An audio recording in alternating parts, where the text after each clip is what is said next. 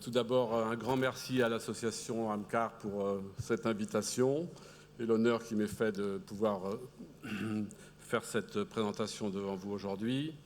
Et puis préciser que je travaille à Nantes, mais également à Casablanca, à la clinique Franceville, où je viens très régulièrement, où j'ai la chance d'être accueilli par une équipe très professionnelle. Et ce professionnalisme ne se fait pas aux dépens d'un vrai humanisme. Et c'est une vraie chance de pouvoir travailler dans ces conditions-là. Alors, la maladie d'Epstein, un petit mot d'anatomie vu par le chirurgien. C'est important de comprendre qu'on a une valve antérieure qui s'insère normalement et qui bascule vers l'avant dans les formes les plus graves, qu'on a toujours une valve septale qui est plaquée, qui n'est pas... qui est donc plaquée, de même que la valve postérieure. Elles ne sont pas délaminées. La valve postérieure peut être partiellement délaminée. Le ventricule droit présente une grande dilatation ainsi que la jonction atrioventriculaire. Alors, c'est une malformation qui est complexe pour trois raisons. La première, c'est sa rareté. Le deuxième, c'est que l'anatomie est extrêmement variée d'un malade à un autre. Et le troisième, c'est que la clinique est extrêmement polymorphe. Alors là, la rareté, si mes calculs sont bons, 1% des cardiopathies congénitales à peine. Les cardiopathies congénitales, c'est 1% des naissances. Donc ça veut dire qu'au Maroc, par an, naissent à peu près 50 à 60 Epstein par an. En sachant qu'il y en a quelques-uns qui ne vont pas passer la forme néonatale, vous voyez qu'on est vraiment dans la rareté. Le deuxième élément, c'est que l'anatomie est extrêmement variable d'un malade à l'autre. Il est classique de dire qu'il n'y a pas deux Epstein qui se ressemblent. Néanmoins, il faut bien essayer de regrouper les patients par catégorie et par sévérité. Alors, il y a plusieurs classifications qui sont faites. La classification de Carpentier, elle est la plus connue, elle est incomplète. Néanmoins, elle définit 4 stades. Le stade D, qui est le sac ventriculaire droit, qui est la forme la plus affreuse. La forme de type A, où la valve septale n'est pas délaminée, la valve postérieure est partiellement délaminée et la valve antérieure bien mobile. Le type B, où la valve postérieure n'est pas du tout délaminée et donc il y a une zone atrialisée qui est plus grande et il y a quelques attaches sur la paroi antérieure entre la valve antérieure et la paroi antérieure du ventricule droit. Le type C, c'est une forme un peu plus extrême avec une zone atrialisée plus grande et puis une valve antérieure qui est vraiment plaquée sur la paroi antérieure. Et puis un polymorphisme. Et puis, bien sûr, il y a des lésions associées qui font que les maladies d'Epstein présentent une anatomie variée. Il y a des CIA, c'est bien connu, mais aussi des CIV, des sténoses ou des atrésies pulmonaires qui sont soit organiques, soit fonctionnelles, on vient de vous le dire.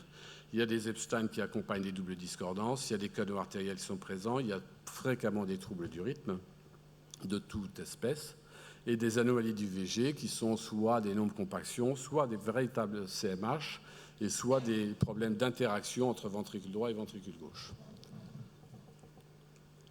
Et puis, il y a surtout un polymorphisme clinique qui rend la chose encore plus complexe, puisque l'Epstein, ça va de la mort in utero jusqu'à la personne âgée, 60-65 ans, qui va être complètement asymptomatique. Et donc, c'est bien compliqué de faire la part des choses pour ces maladies aussi rares. Néanmoins, il y a un score de gravité qui existe, qui est un score échographique de gravité, et qui permet de définir 3 critères de gravité. Et en fonction de ce critère de gravité, on a un pronostic vital qui peut être annoncé. Et donc, on en reviendra dans les indications opératoires tout à l'heure. Alors, je ne vais pas aborder non plus les formes néonatales parce qu'en 15 minutes, on ne peut pas tout aborder et parce que ça vient d'être fait. Et surtout, c'est la principale raison, c'est que j'en ai aucune expérience. Je n'ai jamais opéré d'Epstein dans la période néonatale, donc j'ai très mal placé pour en parler. Par contre, les formes infantiles et adultes, on les voit de façon pas plus fréquente, mais aussi on en voit quand même quelques-uns régulièrement. Et il est usuel de dire que il y a beaucoup de techniques chirurgicales qui ont été décrites, et s'il y a beaucoup de techniques chirurgicales qui ont été décrites, c'est que vraisemblablement aucune n'est bonne. Je crois que c'est une vision un petit peu erronée des choses. Vous voyez qu'il y a des noms prestigieux de la chirurgie cardiaque qui sont associés à la chirurgie de l'Epstein. Et on va voir un petit peu ce qu'il faut penser de tout ça, et de façon un peu chronologique pour voir que les choses finalement ont évolué avec le temps. Les premiers qui se sont attaqués à cette malformation, c'est le fameux Lillehei, qui est un des pères de la chirurgie cardiaque, avec la circulation croisée dans les années 50.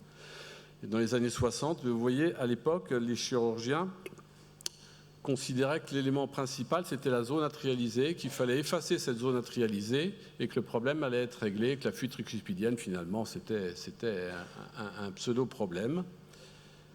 Et donc, ils ont proposé une plicature transversale. Rapidement, on s'est aperçu que ce n'était pas suffisant et qu'il fallait aussi traiter la fuite tricuspidienne. Et là, c'est la Mayo Clinic avec Danielson puis ses successeurs qui ont proposé cette technique de plicature atrialisée pour effacer la zone atrialisée, plicature transversale pour effacer la zone atrialisée. Et ils ont associé une annuloplastie antérieure pour réduire la taille de l'anneau tricuspidien afin de réduire la fuite tricuspidienne. Ça créait ainsi une monocuspe qui venait buter sur la cloison interventriculaire. Néanmoins, il fallait une valve antérieure suffisamment mobile. Et donc, dans la série de la Mayo Clinic, finalement, on s'aperçoit que cette technique chirurgicale était proposée à peu d'élus et qu'il y avait plus de remplacements valvulaires tricuspides par des prothèses que des placies tricuspidiennes. Un artifice pour améliorer cette technique a été proposé par Sebening, qui permettait d'améliorer l'affrontement de la valve antérieure sur la cloison interventriculaire. Le principe, c'est d'accrocher les piliers ou le pilier de la valve tricuspide antérieure sur la cloison interventriculaire pour améliorer cet affrontement. La véritable avancée un peu moderne de cette chirurgie a été réalisée par le professeur Carpentier à l'hôpital Broussais de Paris, qui est le premier à avoir décroché la valve antérieure de la valve tricuspide et pour essayer d'améliorer sa mobilité. Et il désinsère la valve antérieure, il retire tous les cordages secondaires, il assure en plus une plicature postérieure de la zone atrialisée, ce qui permet de réduire considérablement l'anneau tricuspidien. Et puis, une fois que cette plicature est réalisée, que le feuillet antérieur est mobilisé, il y a réinsertion du feuillet antérieur et fixation de la procédure par un anneau prothétique. On reste dans la conception d'une monocuspe, puisqu'il n'y a que la monocuspe qui vient se plaquer sur la cloison interventriculaire. Néanmoins, il y a des avancées qui sont importantes. L'applicature ne se fait plus transversalement, mais longitudinalement, et le feuillet antérieur est mobilisé. Et puis on en arrive dans les années 90-2000, finalement, à une évolution de tous ces concepts qui a été proposé par le professeur Da Silva, qui était à l'époque au Brésil, et qui a proposé finalement un achèvement de la technique de Carpentier en créant un cône. C'est-à-dire que si on s'attarde un petit peu sur cette diapositive, je ne sais pas comment ça marche le truc. Il y a une désinsertion complète du feuillet antérieur, séparation de toutes les attaches du feuillet antérieur avec la paroi antérieure. Il y a une délamination du feuillet postérieur le plus possible et si possible du feuillet septal s'il existe afin de récupérer le plus possible de tissu valvulaire. Et tout ce tissu valvulaire va être suturé l'un à l'autre pour former un cône. C'est-à-dire que la partie antérieure du feuillet postérieur va être suturée à la... Je ne sais pas comment ça marche. Va être suturé avec le feuillet antérieur, le feuillet postérieur va être suturé avec le feuillet septal et le feuillet septal va être suturé avec le feuillet antérieur.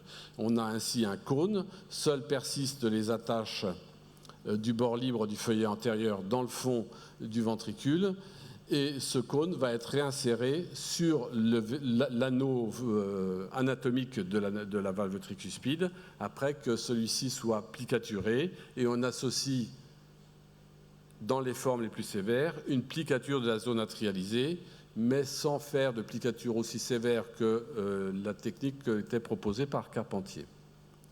Et ça permet d'avoir une valve qui fonctionne pas du tout comme une valve classique et banale, mais comme un cône qui s'ouvre transversalement comme ça, mais qui assure une bonne étanchéité, avec un bon remodelage du ventricule droit.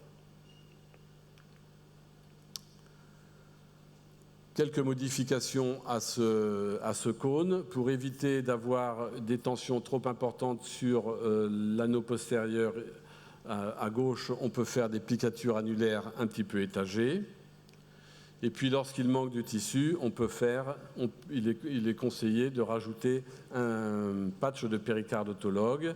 Et dans les formes les plus sévères, lorsque le feuillet antérieur a une attache linéaire sur le fond du ventricule droit, et bien évidemment, quand on fait un cône, on exclut le cône du ventricule droit, et à ce moment-là, il faut faire des fenestrations pour permettre au sang de passer du cône dans le ventricule droit et dans l'infundibulum pulmonaire.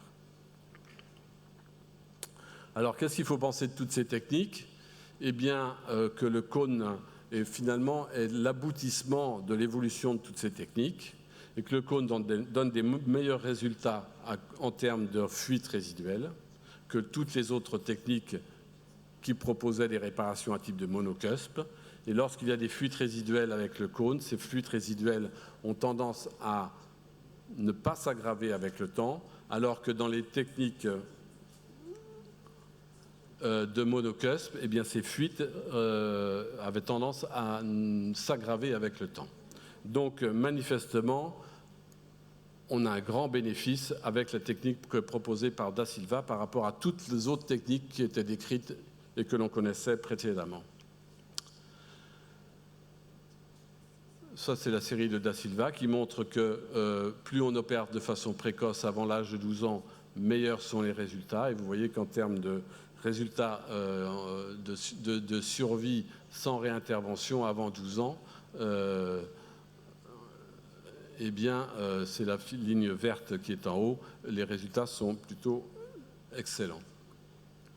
Et puis, dans les formes, parce qu'il y en a, quand on ne peut pas faire de cône, eh bien, il reste toujours la solution de mettre une prothèse, technique qui a été largement utilisée, je le répète, par l'équipe de la Mayo Clinic.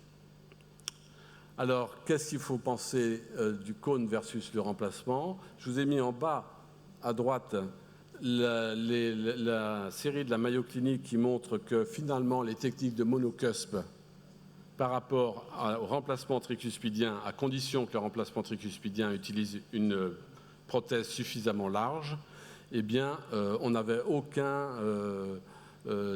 on avait les mêmes résultats en termes de survie sans réintervention entre les valvuloplasties et le remplacement tricuspidien. Et ces résultats sont complètement différents avec le cône, qui montre une survie sans réintervention bien meilleure, beaucoup moins de sténose puisqu'il n'y a pas de dégénérescence avec le cône, et quant aux fuites initiales, puisqu'elles sont stables avec le temps, eh bien les fuites rejoignent le remplacement tricuspidien, puisque la valve dégénère, les fuites on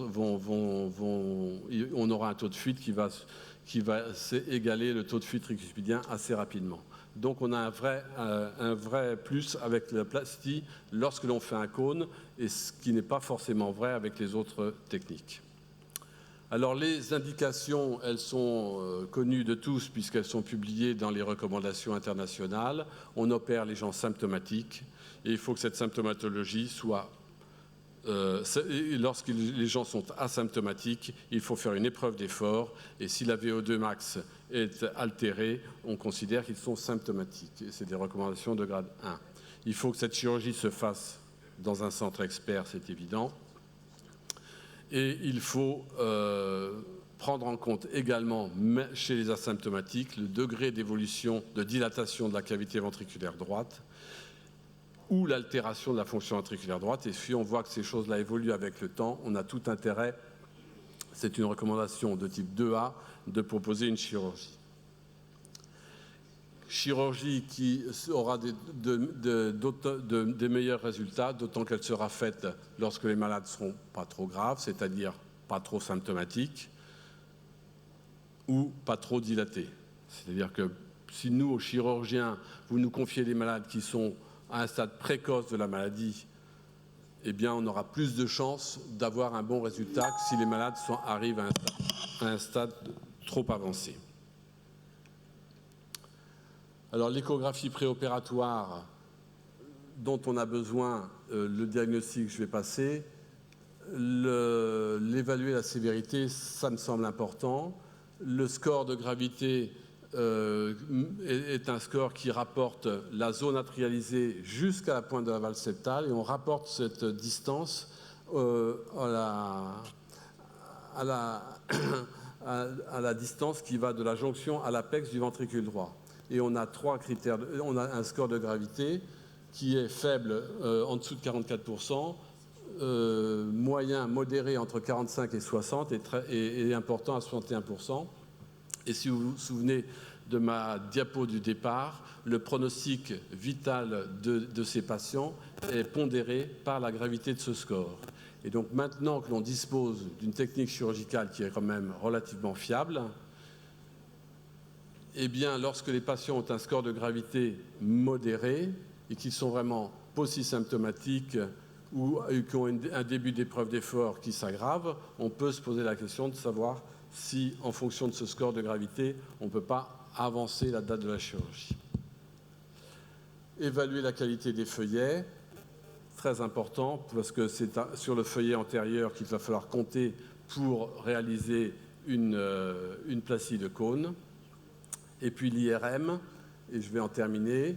L'IRM, pour nous, chirurgiens, ce qui est important, c'est de calculer l'angle de rotation de la valve d'Epstein. L'angle de rotation, c'est l'angle qui est formé entre la jonction auriculo-ventriculaire et le plan d'affrontement de la valve d'Epstein.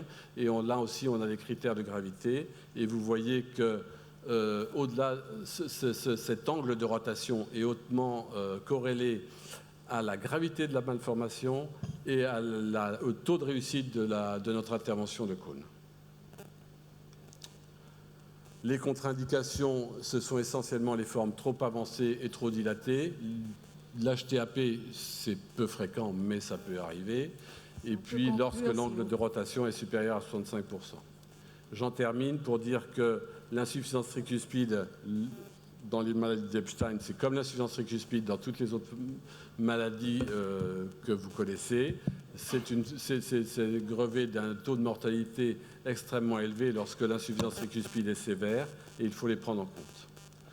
En conclusion, on a bien compris que c'était une malformation qui était complexe et qui n'avait pas de très bonne réputation parce que les chirurgiens ne disposaient pas d'une technique opératoire fiable et reproductible et qui finalement était pas très avantageuse par rapport à la prothèse et que maintenant on possède une chirurgie à condition de respecter les indications et les contre-indications et bien qui donne des résultats qui sont tout à fait satisfaisants. Je vous remercie.